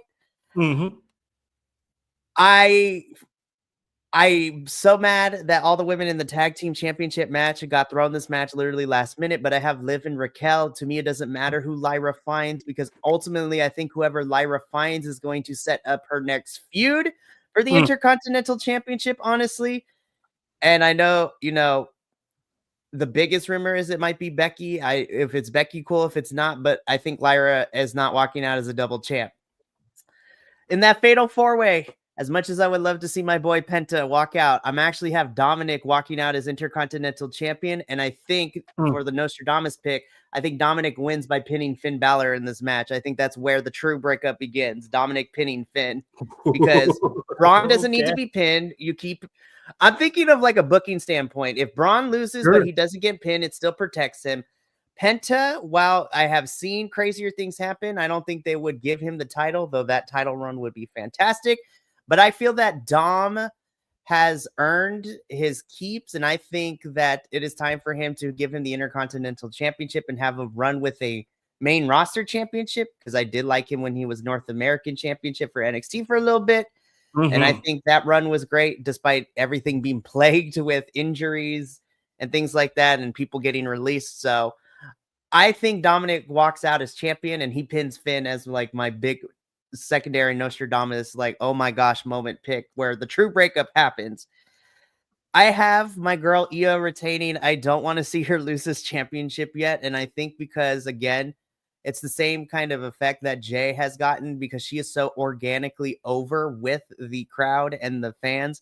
I think being able to give her a Mania moment and have her retain is great, because I think Rhea, also Crash Out Rhea going, like, having other feuds is more compelling to me than her being champion. And I love Bianca to death. I still think that her losing to Becky in 5 seconds at SummerSlam that one year was a horrible mistake. But I don't want to see, I think you have more compelling stories with Bianca and Naomi and Jade right now than her being a champion. But again, SummerSlam is like the halfway point of the year, so that's great. And then, of course, in the main event, I got the You Can't See Me leader of C Nation, John Cena, winning this championship, walking out as champion, because, again, I love Cody Rhodes. I really do. Though I will feel that his championship run has been okay at best, and that's mostly because of the people he's been given for this. But I think Cody, this iteration of Cody, I feel like does better as a chasing type of individual than having a long title reign. And honestly, I feel that Cody can bounce back from a loss like this, especially if you have, shenanigans, which are probably going to happen in the middle of that match happen.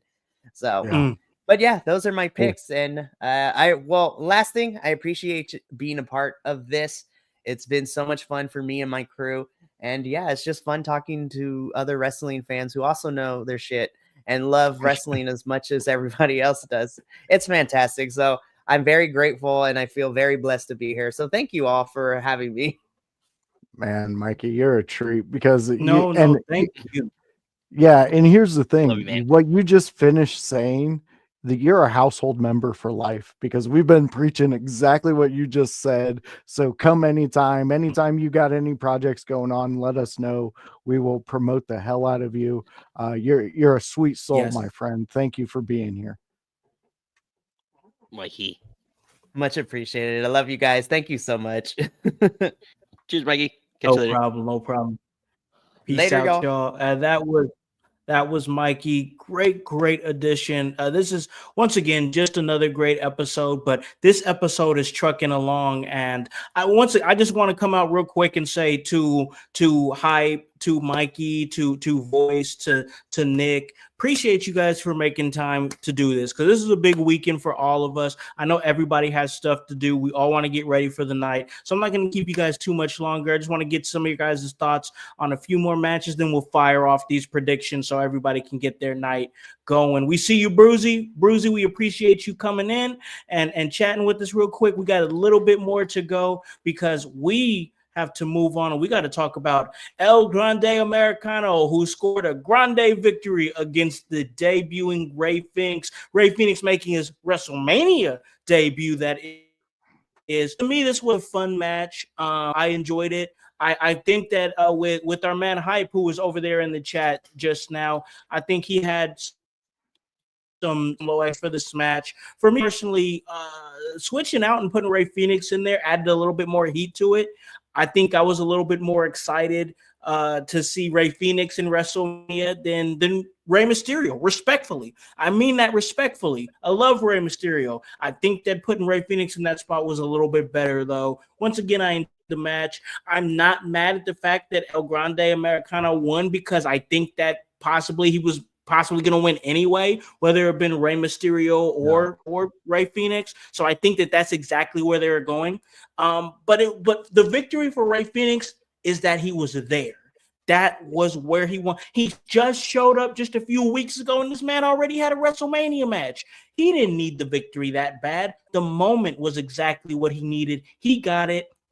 But I'm going to throw it to my man Nick, our great guest over here. Get some of his thoughts. El Grande Americano and Rey Fenix.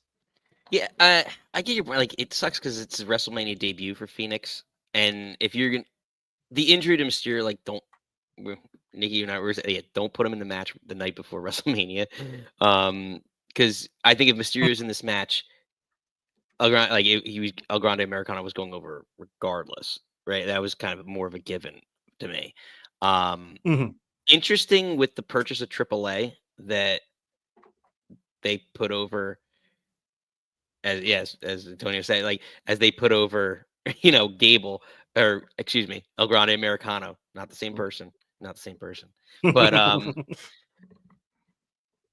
I think, but it also makes sense to me in the sense of, like, if you're gonna have AAA and they're doing the Worlds Collide pay-per-view, El Grande Americano, Chad Gable is a good person to throw into there, and it puts more eyeballs onto the AAA product for the casual fan that's watching it that hasn't watched any of it. So I kind of understand, that. So I to me, I was okay with where it was at. I wish it wasn't necessarily Rey Fenix, but in the long grand scheme of things, I think Phoenix is going to Raw to be with his brother, to be the Lucha Brothers tag team anyhow. So for him to take a singles loss when he's going to be primarily a tag team guy in the foreseeable future is not the worst thing. So yeah, I'm okay with it. Yeah, I really thought that it was a fun match in my opinion, but I got to throw it over to my man Voice and get some of his thoughts. So we're seeing it in the chat here. WWE has acquired AAA. We're gonna have an NXT and AAA event, Worlds Collide. That's coming up. We had Vikingo in the ring. He was there and involved in everything. This was to me, this was a little bit juicier than even what I thought it was going to be. But Voice, what were your thoughts? What were your thoughts on the match? The match itself, I mean, I know it's hard to say because he's been such a legend through our entire wrestling fandom, but I agree with you. It was good that they exchanged Rey Mysterio. Maybe the circumstances, no, but the overall result, I like it better. Rey Fenix, what a way to make your first Mania. Like you did it, man. Like that's when people go to the WWE, that's usually a goal is to have a Mania moment, and you got one, man. And to include Vikingo in there, I love it. I think the idea that AAA WWE has acquired them to get Brandon's here. Why do we think they bought them? Because right now Lucha Libre wrestling is hot. It's a hot ticket. It's a proven item.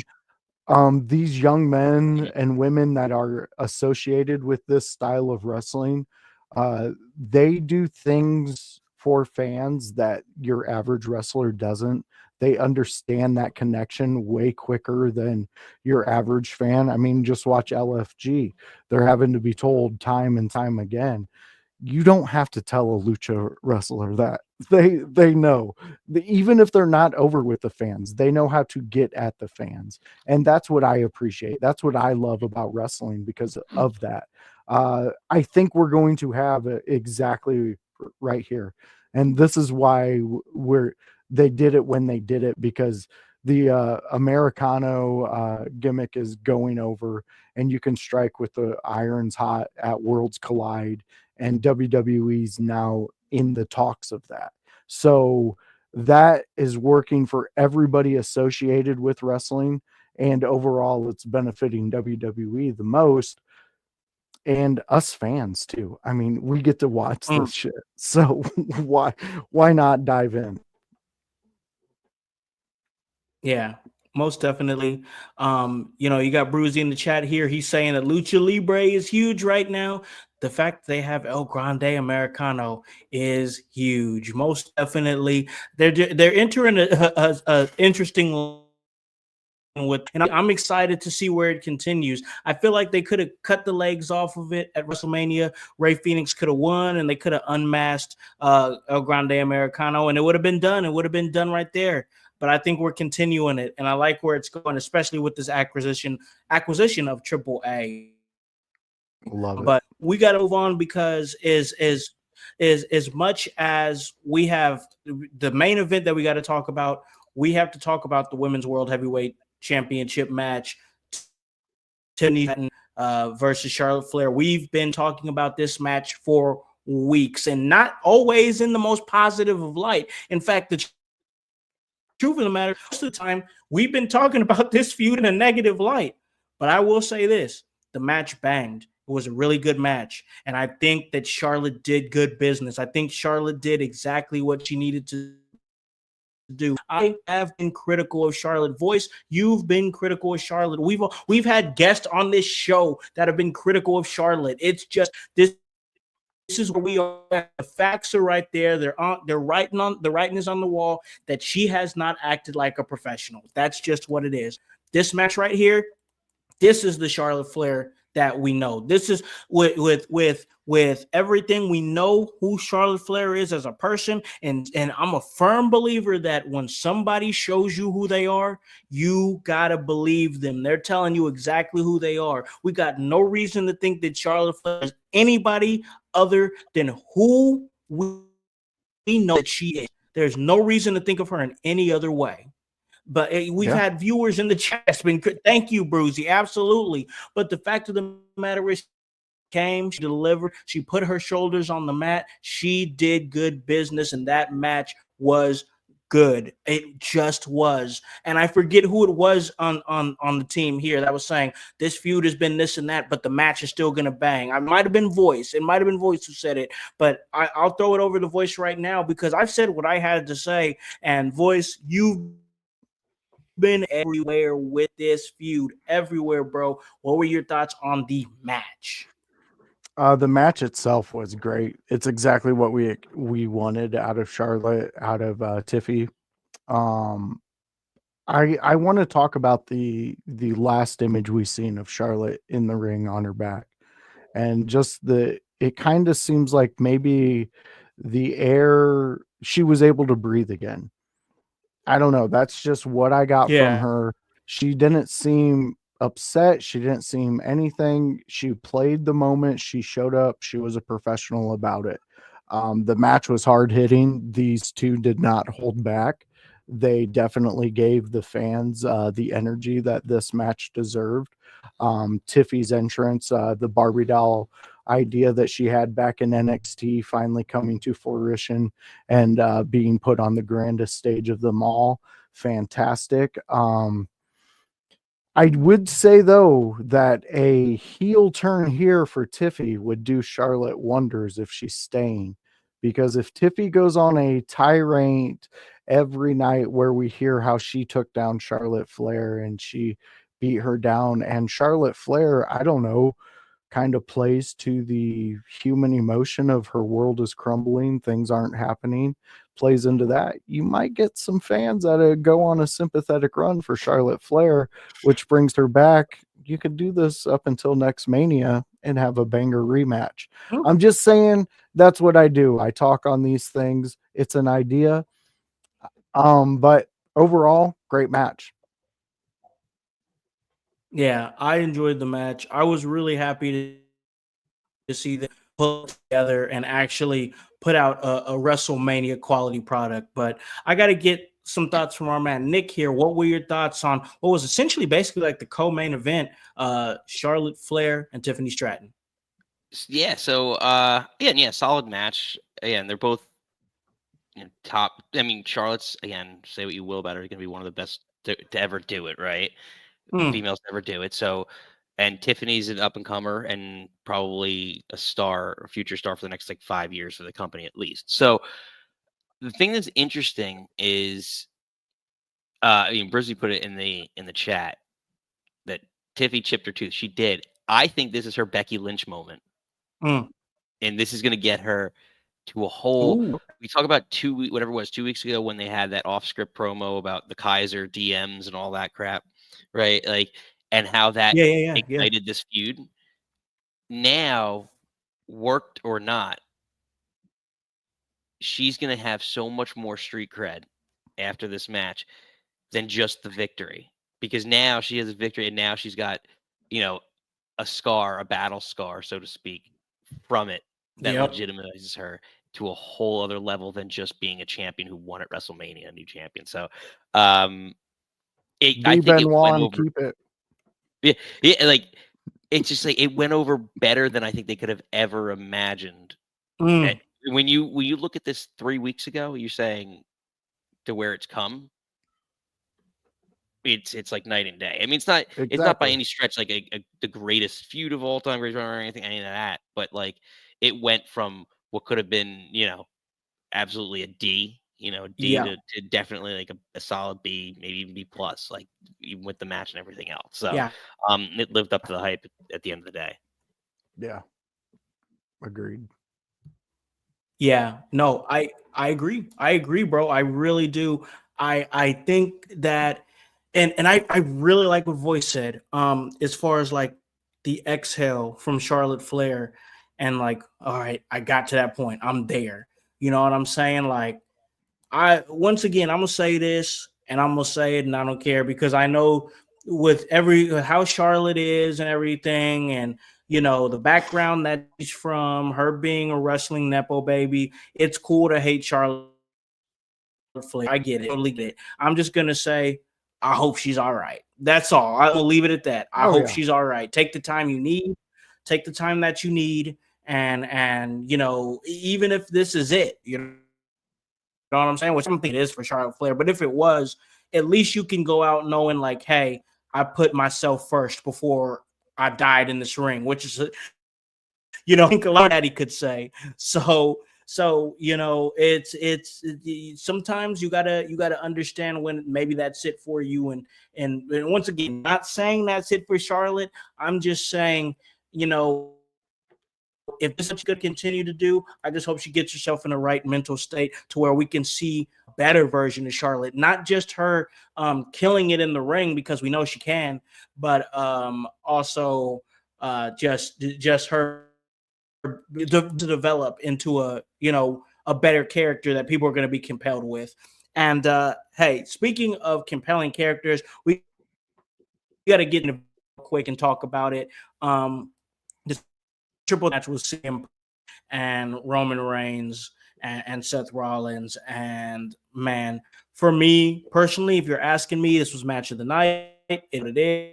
I enjoyed it thoroughly between some of the three top names in the business. And one of the main reasons is because I am a fan of professional wrestling managers. As a professional wrestling manager, I think that if you bring them in and tell the right story with them, you can component.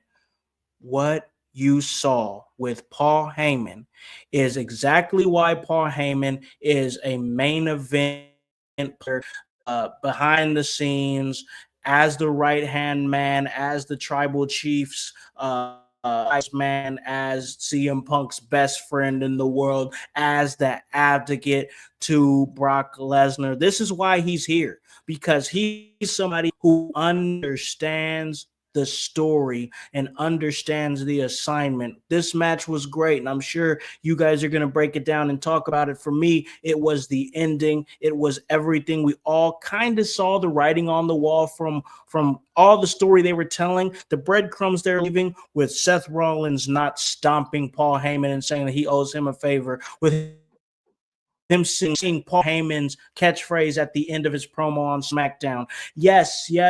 I know the writing was on the wall, but one happens in that moment. My wife said to me something that I know I've said to her before. She turned and she said to me, sometimes the obvious is the best thing. And this was exactly that. Seth Rollins aligning himself with Paul Heyman. The breadcrumbs are all left there. We all saw it, whether it be those things I just said or even the fact that Paul Heyman was sitting right next to Seth Rollins at the Hall of Fame. The fact of the matter is, yeah, was the writing on the wall? For sure. Was it something that we needed to see for a breath of fresh air in the top tier of the WWE men's division? Absolutely. Roman Reigns doesn't need Paul Heyman anymore. CM Punk doesn't need Paul Heyman. He's going to keep doing his greatest hits as a babyface. Seth needed this breath of fresh air. Seth Rollins needed this restart after he's been the most consistent out of the three in the company, and now we're going to see him continue to be that guy. And I think there's a possibility we haven't seen the last of Seth Rollins and Paul Heyman, and we get to. But I got to get some of my thoughts from my man Nick here before we give him opportunity to slide out of here. What were your thoughts on this match, this main event of night one? Phenomenal for a non-title match, right? In the main event, no one won the Royal Rumble, so they built up enough hype around it. It was literally Paul Heyman was the title that was on the line in this match, and it got to the point where you needed a cinematic moment for Paul Heyman to turn, and you got that, like him dealing with both his friends and him, the struggle that he had, right? And just the shots of Roman looking at him as he turns it on Roman, right? And he gives a chair, and immediately as he slides it, I'm like, double turn, here it comes. He's gonna get Punk out of the way first, or Roman out of the way first, and then Punk out of the way, and this is how it's gonna go down, or like, and people forget, or maybe they don't, I don't know, but the reason that these three men are all brought together by Paul Heyman in one form or another, because CM Punk's the original Paul Heyman guy, in the WWE universe. Makes that pipe bomb statement however many years ago, right now, whatever it is now, like 15 years ago, it seems like. Yeah, I think it was around 2011. Yeah. So like 13 years or whatever. So anyway, so he makes that statement. If you recall correctly, when the Shield debuted, they debuted in Hell in a Cell, and they took out Ryback, who was facing CM Punk, who was managed by Paul Heyman. Yep. So the Shield indirectly or maybe directly was formed by Paul Heyman and hired by Paul Heyman and brought into WWE. So Roman Reigns and Seth Rollins are part of that group. So they already have a backstory, whether you're like, it's almost like, when you talk about Star Wars, right? It's Palpatine, right? There's someone always pulling triggers. Like Darth Vader was the big baddie, but there was someone beyond that, and I think that's what we say is that Paul Heyman is the grandfather, or is the father of this whole group iteration. They've all, in one form or another, came into WWE because of him, and I'm curious to see where this goes and what's next, because he was the best friend to CM Punk, the wise man to the tribal chief. What is this? What are the adjective? What are we going to call him? Is he a senior advisor to the visionary? Like what is the next iteration of Seth Rollins' character, and what is Paul Heyman's role to that character? Like, how is he the consigliere? Like what are we going to call him? And I want someone young to go with him as well. At least it can't just be Seth Rollins. Put somebody else over, because to me, yes, it's very interesting to have Seth Rollins with Paul Heyman. It makes for great TV. But at the end of the day, you need to be making stars that are in-ring stars. And if there's someone that's not going to come out of this, that's a young star or two that you can build up out of this, it's worthless. Yeah, no, that's a good point. Mostly, I thought it was a great moment, man, for sure. Nick, we're about to let you get on out of here, and we'll give you our Mania Night 2 picks, so we'll get those from you. But Voice, I want to quickly get your thoughts on the main event. Some of your thoughts, can break it down, bro.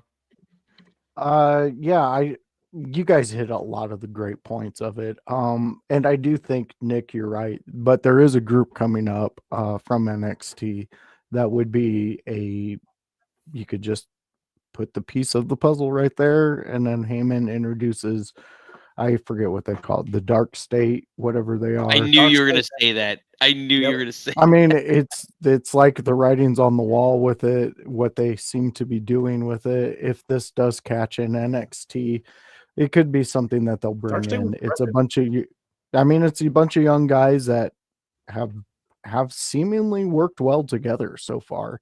I know there was a couple things we could critique about that match, but we'll move forward because they're young, they're learning, they'll progress.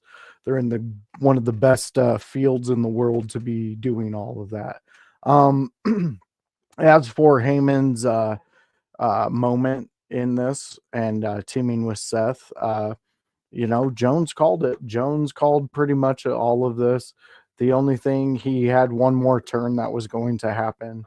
Outside of that, Jones called this from Bell to Bell, and that's why they call him Jordan Bell.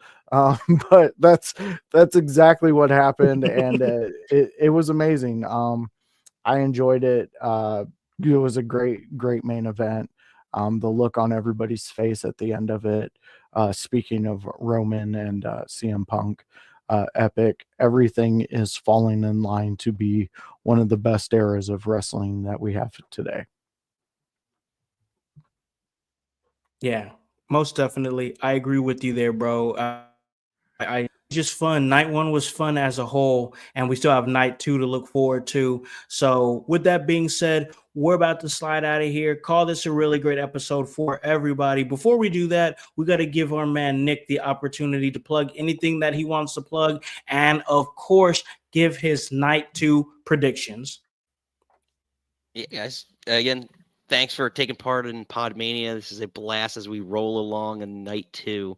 So it's a Nick Club Wrestling Happy Hour. My wife and I, Friday nights at 6 p.m. Eastern, we do our show recapping the week in wrestling, WWE, AEW, TNA at times. But Podmania, yes, is here this whole weekend.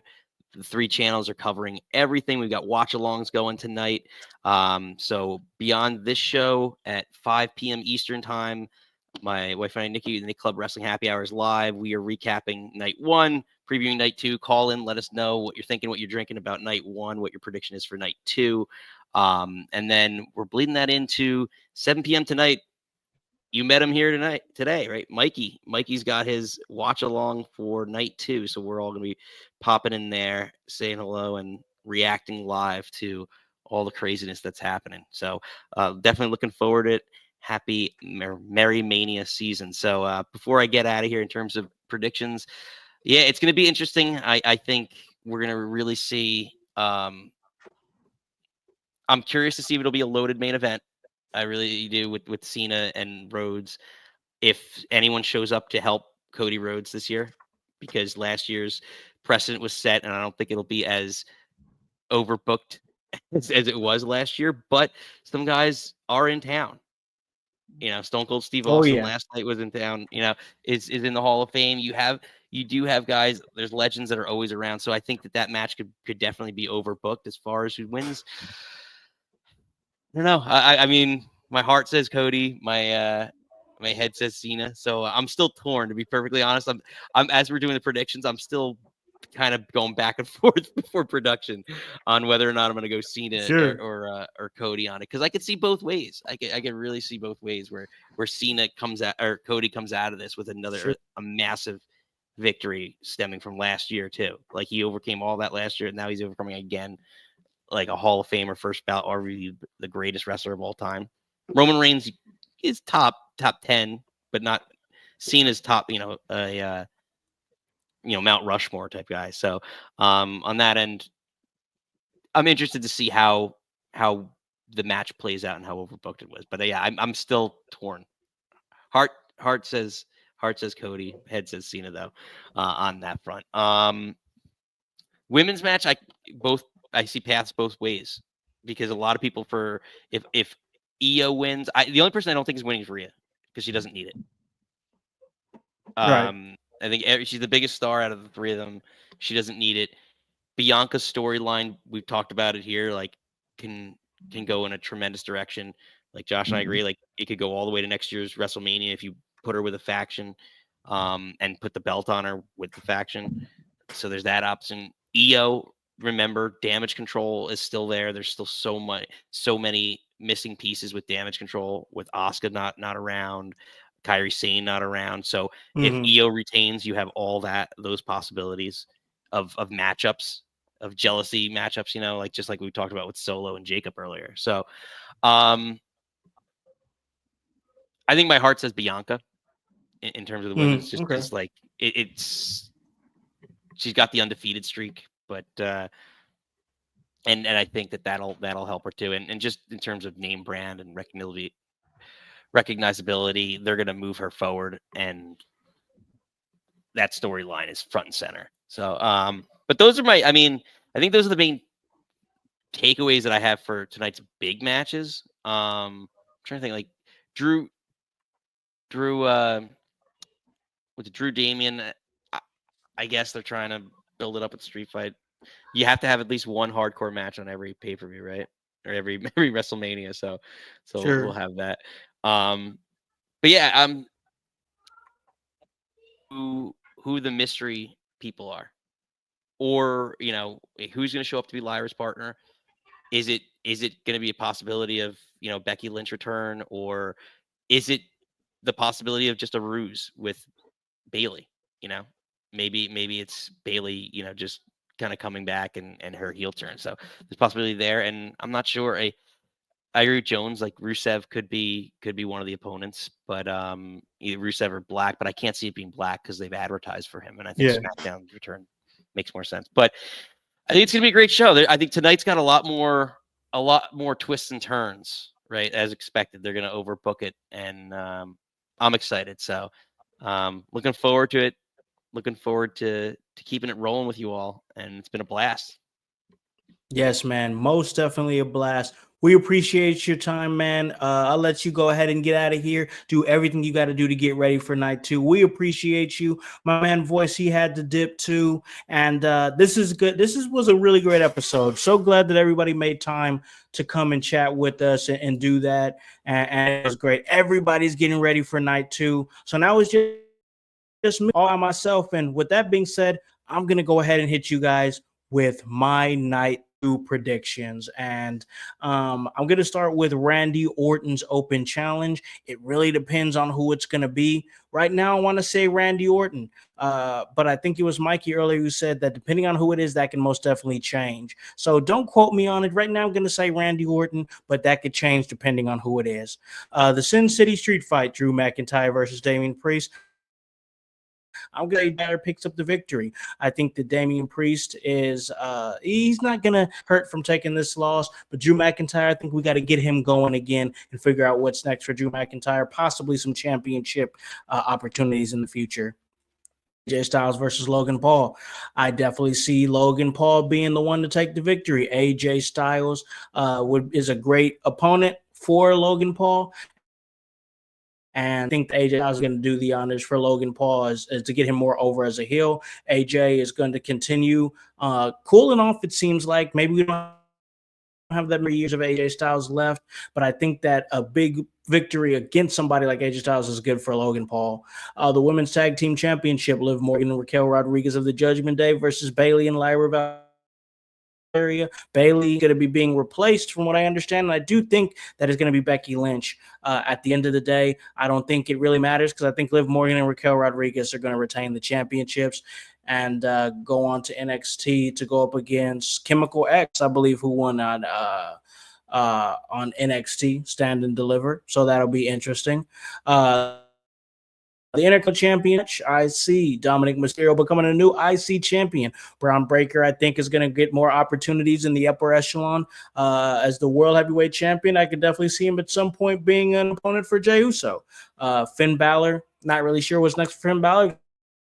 For Dominic Mysterio to set up for what's going to end up being a feud with them. Penta doesn't need to win right now. He is cruising along. He doesn't need to be pinned, but I win the Intercontinental Championship either. The Women's World Championship, Io Sky against Rhea Ripley and Bianca Belair. I could see Bianca Belair winning, and unbeknownst to her, being helped by Naomi.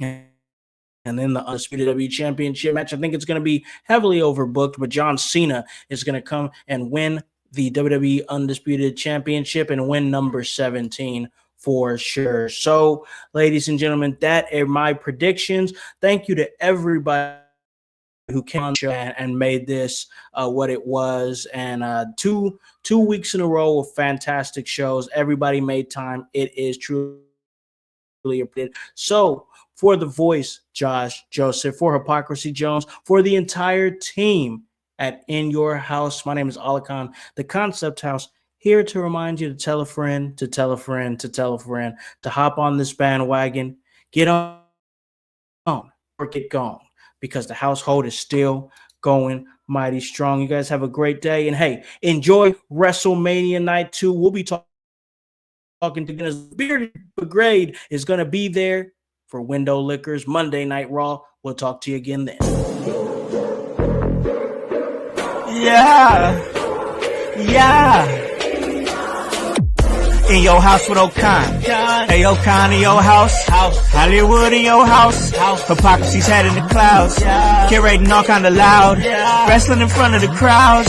Paragon's holding it down. Anybody can get it. Josh Joseph standing on his decisions. He is the voice. There is no choice. We is them boys in your house making wrestling noise. Moving fast just like cruiserweight action. In your house is the perfect distraction. Pumpers in your ears when you in traction. Get this work with some wrestling action. Smooth.